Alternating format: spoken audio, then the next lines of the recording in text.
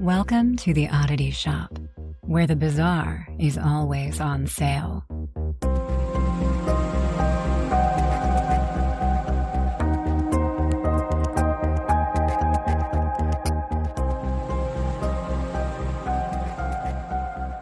Hey, welcome back. This is the Oddity Shop with just Zach, because I've passed out and he's going to continue on. Will you have the Titanic theme? I could put it through the background of the whole episode. It would be kind of great, actually. Don't actually pass out, though. We'd get copyrighted. Kara's going to pass out because at the beginning, before we record, I always ask her to give me silence for like 10 to 15 seconds, just so I have like an area to start editing. And it's the hardest thing in the world for you. Well, because I don't know why, but I just start holding my breath. And I don't know why. You start holding your breath, but you'll also be like moving paper or doing something that just makes the littlest bit of noise. It's just like... I was just sitting back here, but I was like holding my breath. Yeah, you yawned, you scratched yawning. your eye. Oh, being quiet's not your strong suit, but I appreciate you for trying. I almost sent this to you. It was a TikTok reel thing that popped up, and I felt really attacked because it said, and I was like, oh my God. It said like... something about like things, oh my God, not reasons, but 3 things that might mean you have ADHD or something, which I've never thought I've had ADHD. Like I've never, but the one. Don't let TikTok make you think you have mental issues. No. That's not, I'm not. But okay. It was weird because I've never seen these things. And I was like, wow. The one is you can't ever sit normal in a chair. And I sit in the oddest ways in chairs, like even at work and stuff. Like I can attest to that. All my reps and things will be like, how are you sitting like that? Isn't that uncomfortable? And it's like, I can't sit in a chair normally. It really bothers me. Perch. Yep. Or yeah, I just do really weird things. So, which drives me bonkers because recording, I can't do that because I bump the desk and stuff with my knees. So then the next one was like, you're constantly like playing with your hair or like sweatshirt or something. I'm like, oh my God, I'm always doing that. And then there was one more thing that I was like, what in the world? Like, I don't actually think that I have ADHD, but it was just bizarre that it was like these 3 things that I've never like. I've gone down some like TikTok rabbit holes where I start to diagnose myself. I'm like, no. No, I don't think that. I think that those probably are. I mean, some you're definitely signs. Crazy to some extent. I just don't know exactly what the diagnosis would be. Right. Oh, hold on. Let me just read them all to you. It says things I didn't realize were, okay, you can't sit normally regardless of where you are, consistently switching positions. No, not everyone does that, is what it says. And it says body focus repetition behaviors, consistently playing with your hair, picking at your skin, which I'm always doing that, or nonstop adjustment of your clothes.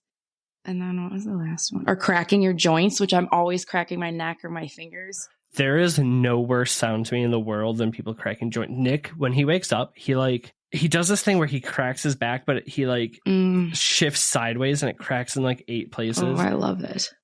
Oh, I yell at him every day. This one says always asking people to repeat themselves, even though you heard what they said. You just needed more time to process it.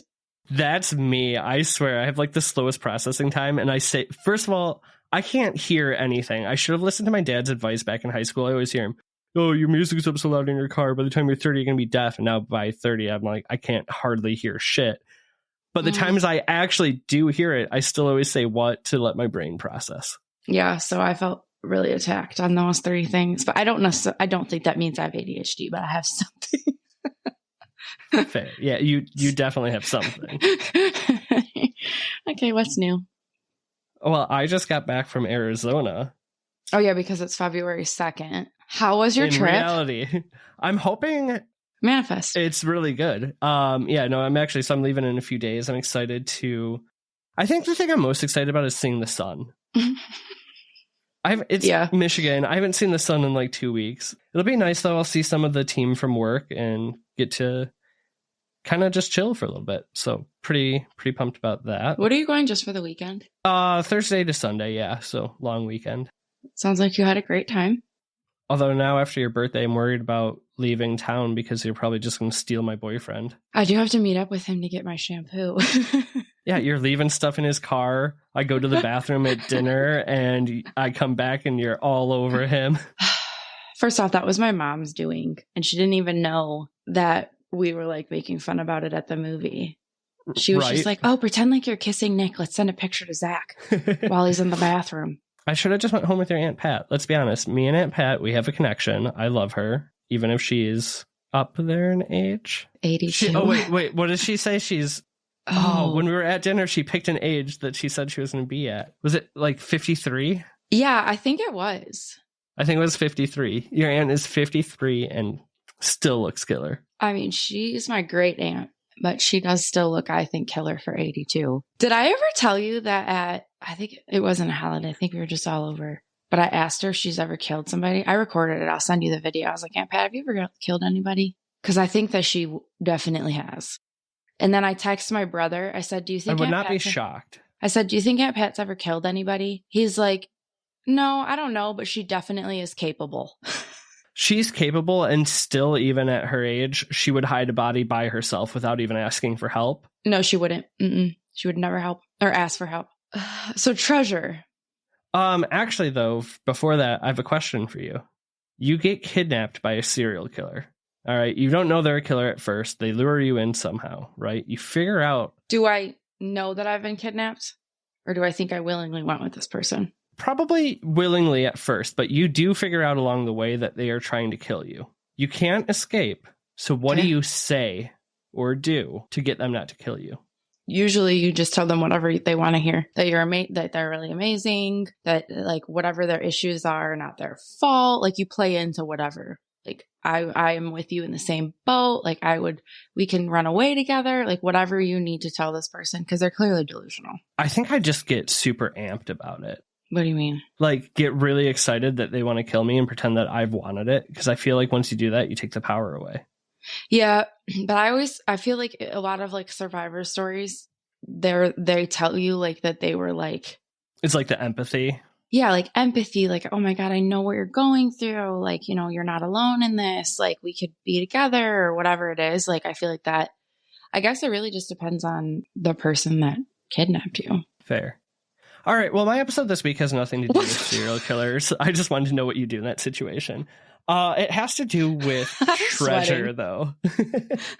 All right. Before I get into the story, though, I do have to give a shout out to Julia. Julia is the only one submitting themes for us. She gave me the idea for the last one, the Toxic Lady, and she pulled through 2 weeks in a row.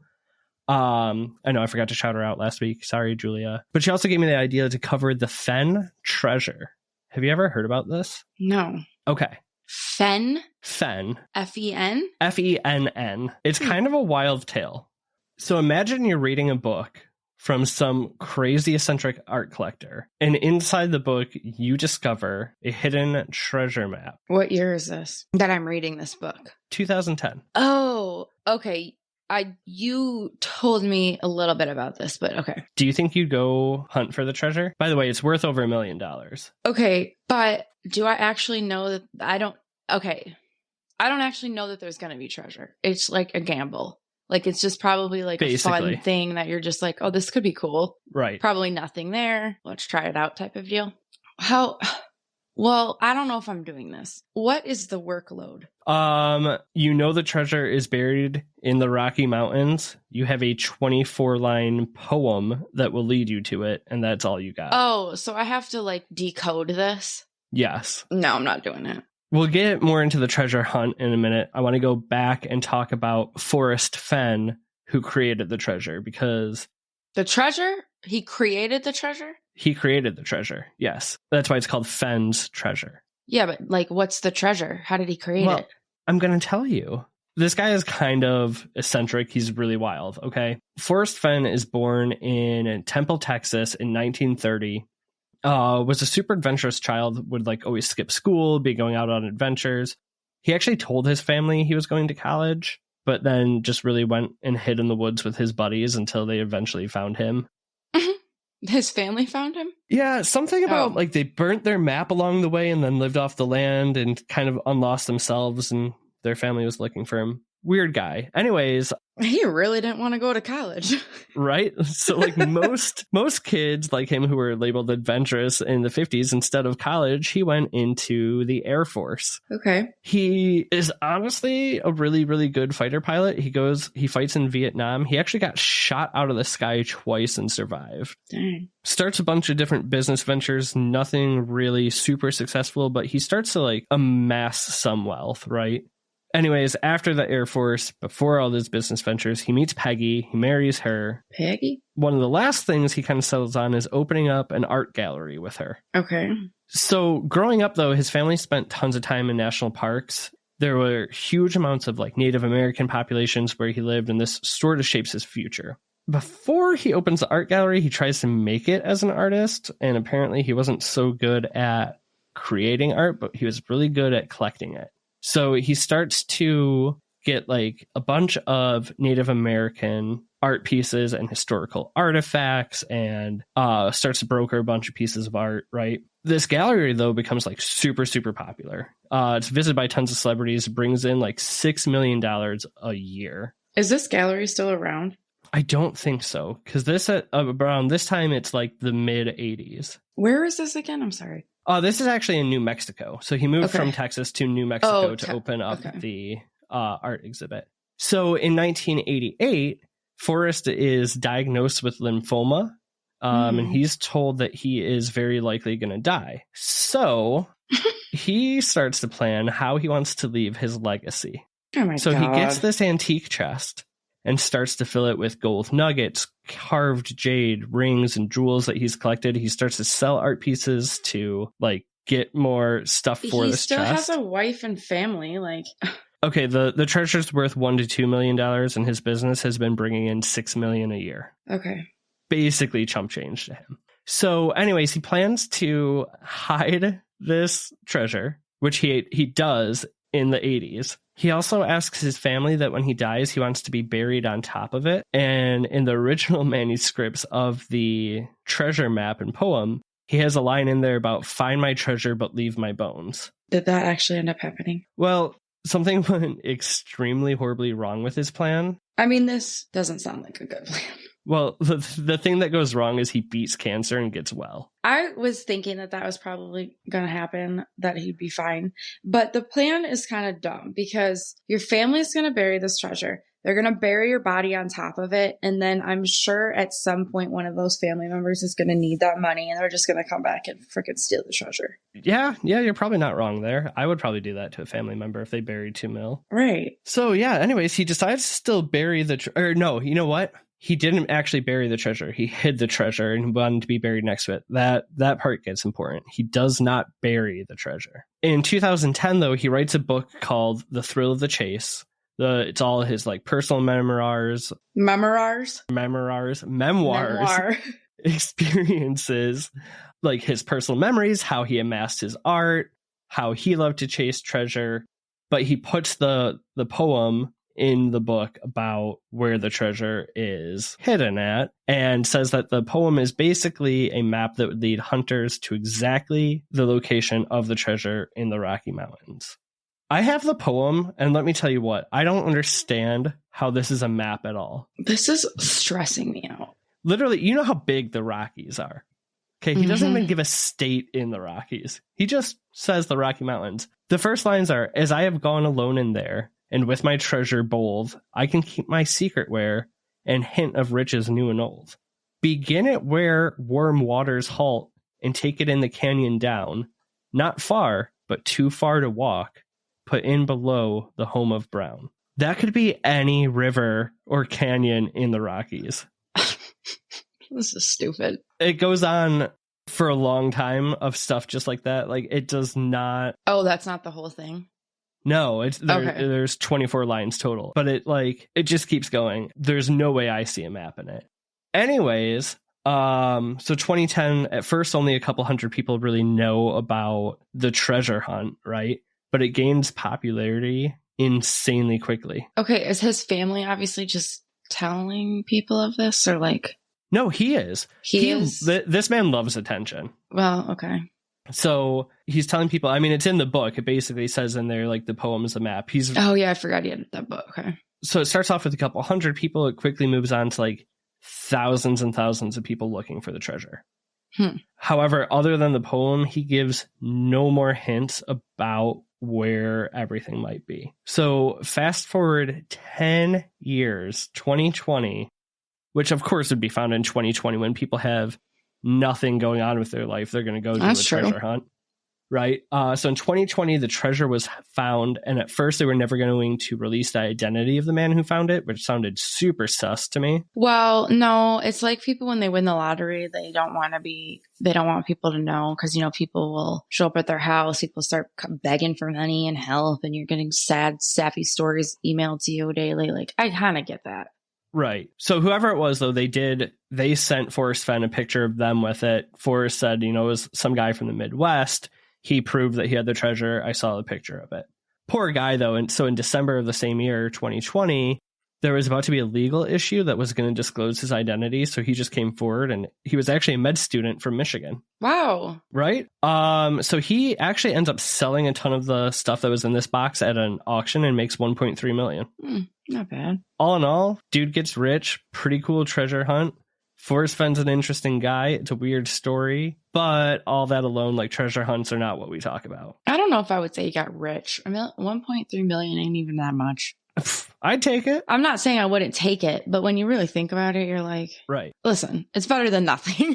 I get it. The reason we're talking about it is so that we can get into the mysterious deaths that occurred. I was just going to say, how many people have died trying to find this? That's what I want to know. Exactly. And that's what we're going to get into. So 5 people died. The first death actually wasn't until 2016. So 6 years of people searching for the treasure, not dying. However, in 2016... 6 years of people not dying. Wow. Pretty good. So Randy Billio, he starts to become just obsessed with the treasure. Can I ask you a really quick question? Because you started this asking me if I found a treasure map in a book. So is that how this like got relaunched? As somebody found it in the book, or you were just asking because it's in that book? No, he buries the treasure in the 80s, but he survived cancer. So he didn't do anything with the treasure until 2010 when he put it in a book. So did all these people just happen to read this book? They started to read the book in 2010. It was also, so it took off online and got really popular, and the poem started going around. So like it started with the book, but then it just grew from there. It was like, it went pretty viral. So anyways, yeah, Randy Billio, he goes searching. He left in January. Basically. January? Yeah. He was recently divorced, didn't have a lot of family or anything. So he's missing for a few months before one of his friends went to his ex-wife and was like, hey, listen, we can't find him. So in July of the same year, so almost 7 months later, his body is found alongside the Rio Grande River. When he originally went out, he had taken on this hunt a raft and his dog. The dog. He was only supposed to be gone a few weeks. After the 3rd week passed, that's when his friend went to his ex-wife. They put out missing persons. The very next day after putting out the missing persons, so this is only 3 weeks in, the raft was found along with the dog. Dog was absolutely fine. Oh, thank Raft goodness. was tied kind of like up to the river, and he was found like miles away. What kind of dog was it? A little white dog. Oh. He's found. They do an autopsy. They find no broken bones, no skeletal injuries, and cannot determine his cause of death. Literally, people can only speculate about what happened. I mean, what do they think? Like starvation or something? Or they have no idea? So from January to July, his body sat there. So it was basically skeletal remains. All right. 2017, another treasure hunter, Jeff Murphy from Illinois. He's been looking for the treasure for a long time. He's gone out on multiple trips. In June of 2017, though, the 53-year-old's dead body was found at the bottom of a steep slope. This guy falls nearly 500 feet to his death. What's the yearly death rate at the mountains normally? Do you know? I don't know, but I would assume there's probably a good number. So This guy was supposed to only be gone for a day, though. One day treasure hunt. In fact, they didn't even know he was searching for Fenn's treasure until after his death, and they found that he had been emailing Fenn, trying to get more information. People mostly believe that he climbed up the steep slope, lost his footing at some point, and that's where he fell. Hours dragged on. He doesn't come home. Friends and family start to get pretty nervous. They alerted the park authorities, and the park authorities are who find Jeff's body. When people realized, though, he was looking for Fenn's treasure, and now that there's 2 deaths, people were pretty fucking outraged. And tons of people started to call on Fenn to tell everyone where the treasure was, go get it himself, or go whatever, get it. right? Yeah, like just go get it and let's be done with this. He absolutely refuses, hands down, just refuses to do this. The park can't make him? No. Nobody knows where the treasure is. It's not like they could just go pull it up. No, I know, but the park can't, like, make him remove it or something? How do you enforce that? Call the police? It doesn't sound like the authorities were thrilled with all these treasure hunters, but, like, if you get stopped by the cops, are you going to be like, oh, I'm hunting treasure? You just be like, I'm just playing around in the mountains. Yeah. Anyways, body number 3, Pastor Paris Wallace. Pastor from Grand Junction, Colorado. This one, he actually, straight up tells his family he's going to go look for this treasure. Him and his wife and kid would actually go out, like, treasure hunting regularly. Mm-hmm. But he fails to show up at a planned family get-together on June 14th, 2017, and his family reports him missing. So a couple days later, his vehicle is discovered in New Mexico near Taos Junction Bridge. They follow a trail of broken rope that his family knew he had carried rope with him from his car, and they're finding, like, you would, like, cut it to, like, tie it to 2 things and cross a river, or there's like random straps of rope. Super weird. He's found about 5 to 7 miles away from where his car was. His body is not skeletal remains. However, again, they cannot determine a cause of death. So now in the course of 3 years, we have 3 dead bodies. Fenn still does not call off the treasure hunt. This is so incredibly stupid to me. I'm kind of with you on this one. Although, let's be honest, I might get sucked into a treasure hunt. Eric Ashby, body number 4, 31-year-old treasure hunter. Do you just get to call yourself a treasure hunter? Like, if you've never found a treasure, I don't think you can call yourself a treasure hunter. Well, no, you'd be a treasure winner if you found one. A hunter is somebody who looks. So, oh, I guess you're right. This guy becomes obsessed with it. He literally moves to Colorado to be closer to where he thinks the treasure is to start looking for it. So 2017 as well, he goes looking for the treasure along the Arkansas River, and he goes missing, but this one is just really weird to me. So he's out on a raft on the river with a few buddies. They're floating down the river. This photographer sees them. He sees everybody get off the raft except for Ashby, who looked like he was, like, struggling, and nobody helped him. So this photographer calls the police. By the time they arrived, the friends had all left, and nobody could find Ashby. Wait, this photographer called the police? Why? He just thought it looked really weird. So these friends of his all left him, and a month later, his body was found. Why didn't he go help him? Right? I don't know. It's all really weird. But this guy's body is found downstream from where this raft was a month later, and they presume he drowned. But okay, but what do his friends say? They're just like, oh, we just left? Yeah. It's still, that one's just super weird. The other weird thing to me is so he was only found like a mile downriver from where this raft was, and it still took them a month to find him. Weird. So how? I'm very confused about that. Like, if he disappeared on a raft, you would just follow, like, naturally you would follow the river down. How does it, so far, other than the guy who fell, right, and falling just seems logical. Like, all the other deaths are just really kind of strange. Do you feel the most powerful and beautiful with the elements of the earth around you? Do you like one-of-a-kind jewelry? Do you sometimes feel like a woodland fairy? Me too. That's why I created Holly and Hemlock, a magical shop filled with handmade wooden jewelry and metaphysical tools. Come check out our enchanting wooden wares at www.hollyhemlock.com and join us in honoring the magic and beauty of nature with each unique creation. That's www.hollyhemlock.com.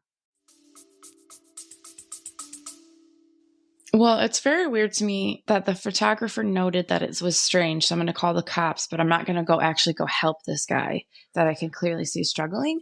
Or is he like too far away? It is in the mountains. Maybe he had like one of those telescopic lenses or something. Yeah, that's true. Yeah, that is weird because the first one, like with the dog, how did the dog survive that long? Well, the body was found 7 months later, but the dog was only found a couple of days after. The dog and the raft were found only a few days after he had been reported missing. Oh, I thought it was weeks. No, I think it was only a couple of days for the dog. Well, he had been out on like a 3-week hunt, and it was after he didn't come home. Yeah. Got you. Yeah, okay, that makes sense. But, yeah, okay. All right, so the last one, and this was actually just months before the treasure was found. So Michael Sexton, he's 53 years old, and in March of 2020, his body was found alongside an unnamed other man he was with, who was 65 years old. They had been out searching for the treasure together. The friend was actually alive. He recovered in the hospital. They were found in Colorado in an area in March that was still super snowy. The reason they were found, though, is because they rented snowmobiles from this guy. And that guy, when he didn't get his snowmobiles back, reported them missing. Mm-hmm. The reason I was kind of chuckling, though, is when authorities found Michael Sexton and his other friend, they were within 5 miles of another site where the same two had been rescued from exactly 1 month earlier. So these guys went out to search for the treasure. Had to get rescued. They almost die, right? 1 month later, they go back out again. This is so idiotic. The one who survives, though, he's like... Yeah, what happened? In pretty good health. That's the thing, is none of these articles, and I looked through multiple articles for each one, said, so this one also, every article just said his exact cause of death is unknown. The best assumption is that he froze to death, but you don't just like freeze to death. You know what I mean? Like they had working snowmobiles. I don't get it. What the hell is going on? I do have 2 theories though. So I can't back, I'm going to get into them in a second, but I want to caveat this. I cannot back these 2 theories up with anything more than what I found online and what I came to a conclusion to. So I'm just throwing that out there. I could be wildly wrong, and I'm just speculating. But before I get into those, 5 bodies, couple unexplained, a few more people have good guess on like what happened. But I think the one thing we can agree on is that Forrest Fenn is a terrible human being. He did this all for his own legacy. He was. But what's your legacy? That you all these people died trying to find your treasure? That thousands of people tried to find the treasure. And then like, what legacy? I guess there would be like some poetic justice to it if he had passed before. He actually dies in 2020 as well in September. So literally like months before or months after it's found, he passes away and before the guy's actual identity comes out. So literally Forrest Fenn dies. The other guy's identity comes out a month and a half later. And now that's who they associate with the treasure instead of him. So I just think like after the second death, he should have stopped the whole thing. You want to hear a quote from him? I think this whole thing is so ignorant. Like, why am I going to... yeah, what's the damn quote? If you thought he was ignorant before, you certainly are going to think differently, or more so. I certainly did not anticipate that anyone was going to get killed, but I answer to those people in this way.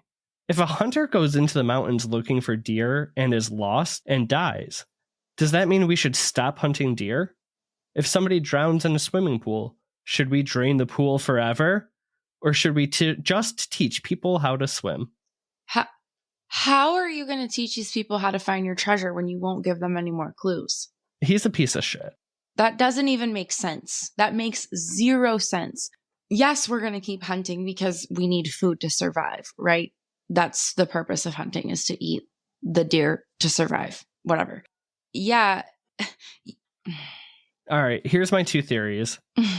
First one, sort of normal. Second one, we're going to go off the deep end. So the first one, I think these people were basically driven mad by greed. They just become so consumed by the... No, you want to know what it is? It went viral.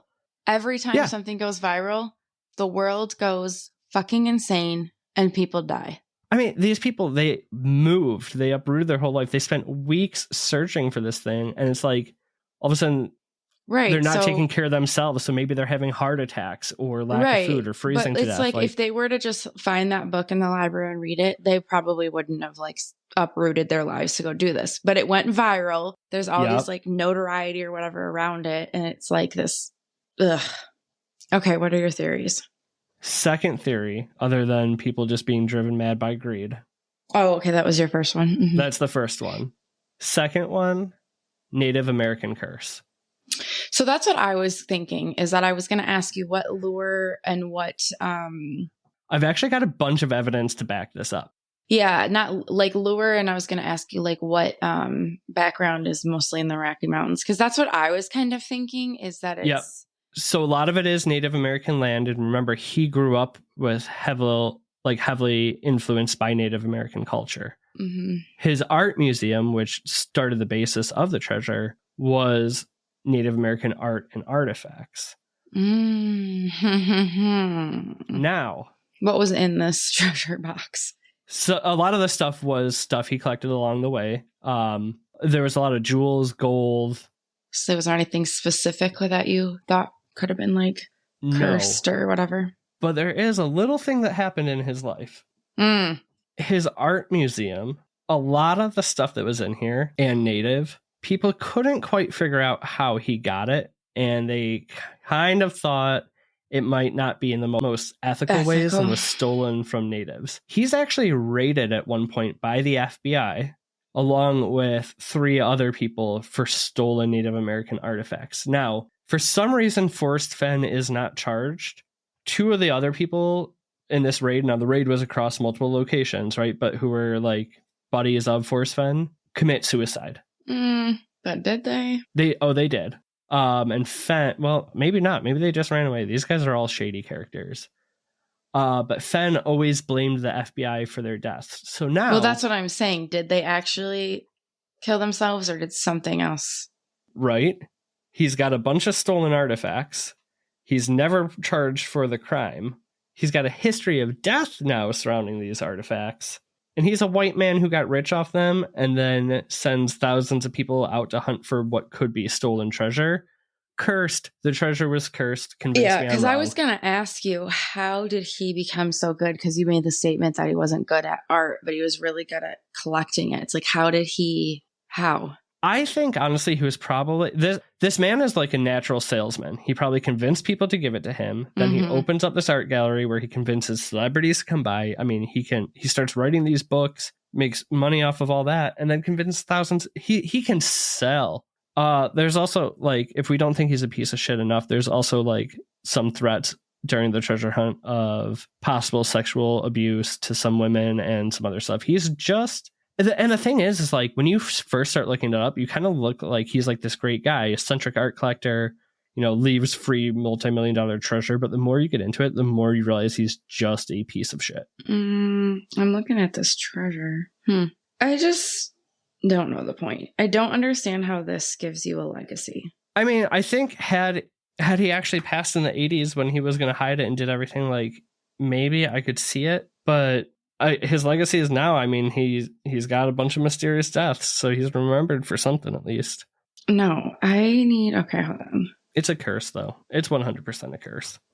So, okay, the definition of a legacy is the long-lasting impact of particular events, actions that took place in the past, or of a person's life.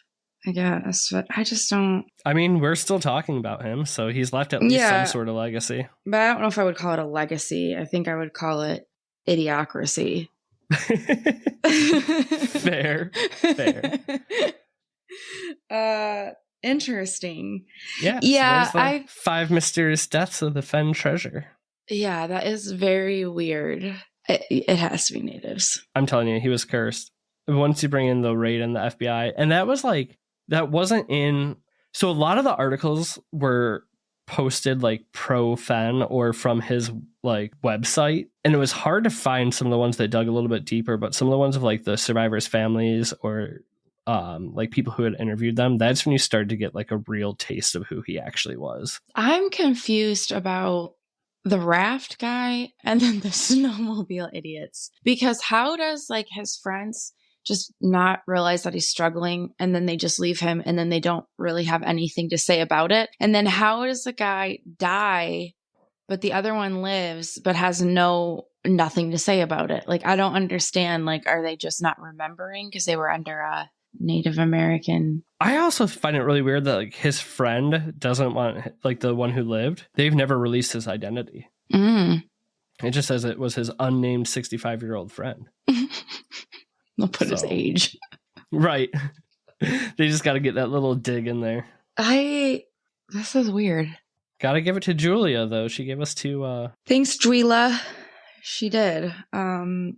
So if any of you other listeners out there want to drop us story ideas or Please. just your personal stories, as Kara was probably going to ask for in about Yeah, 10 I want seconds. Personal stories more than ideas. Because I feel like we do want to have a hear the long creepy list. shit that happened to you. Right. Tell us. Please. Otherwise, share this podcast with a friend or something. Tell them how cool we are or how much we suck. If you want to make fun of us and listen to it, we still get to listen. That's fine. You can do whatever you want. But yeah, if you find yourself coming back,